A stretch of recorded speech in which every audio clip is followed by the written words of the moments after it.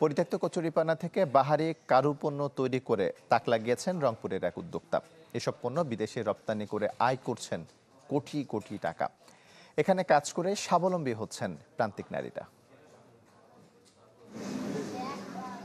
কচুরিপানা দিয়ে বাহারি পণ্য তৈরি করছেন নারী কারিগররা। পরিত্যক্ত কচুরিপানার এমন নজরকাড়া পণ্য দেখতে ভিড় করছেন অনেকেই।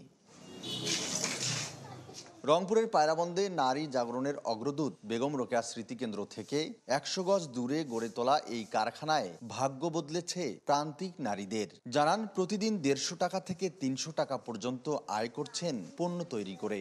অন্যদিকে শুকনো কচুরিপানা ৬০ থেকে ৭০ টাকা কেজি দরে বিক্রি করেও হচ্ছেন লাভবান।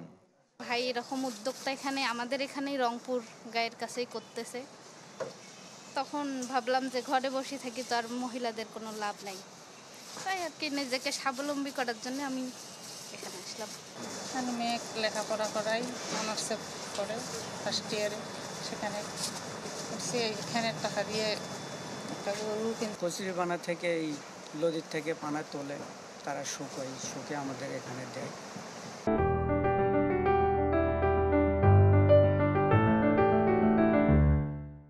আমরা কেজি হয়।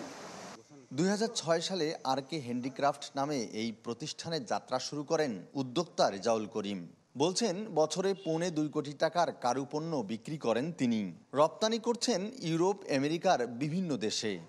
ক্যাশ ক্যাপিটাল কম থাকার কারণে টাইমলি ম্যাটেরিয়ালস কেনা এবং টাইম মতো তাদের বেতন দেওয়া, অনেক সময় আমাদের এই মাল যায়, কোয়ালিটি হয়, তারপরে অফিস আমাদের পেমেন্ট করে।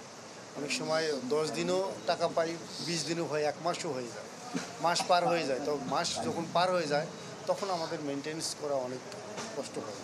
বাংলাদেশ ক্ষুদ্র ও কুটির শিল্প কর্পোরেশন বিসিকের কর্মকর্তারা বলছেন তরুণ উদ্যোক্তাদের প্রশিক্ষণ, সহজ শর্তে ঋণ প্রদান সহ নানা পদক্ষেপ নিয়েছে সরকার।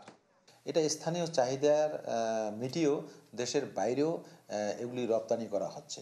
তবে এই যে দেশের বাইরে যে ব্যাপক হারে রপ্তানির ক্ষেত্রে ওখানে যে তারা এগুলো তৈরি করে এবং যারা দেশের বাইরে রপ্তানি করার জন্য চিন্তাভাবনা করছে, তাদের জন্য আর্থিক সচ্ছলতা বা আর্থিক অক্ষমতা থেকে থাকে, তাহলে আমরা আমাদেরকে জানালে আমরা সেটা আর্থিক সচ্ছলতা মেটানোর আমরা চেষ্টা করব।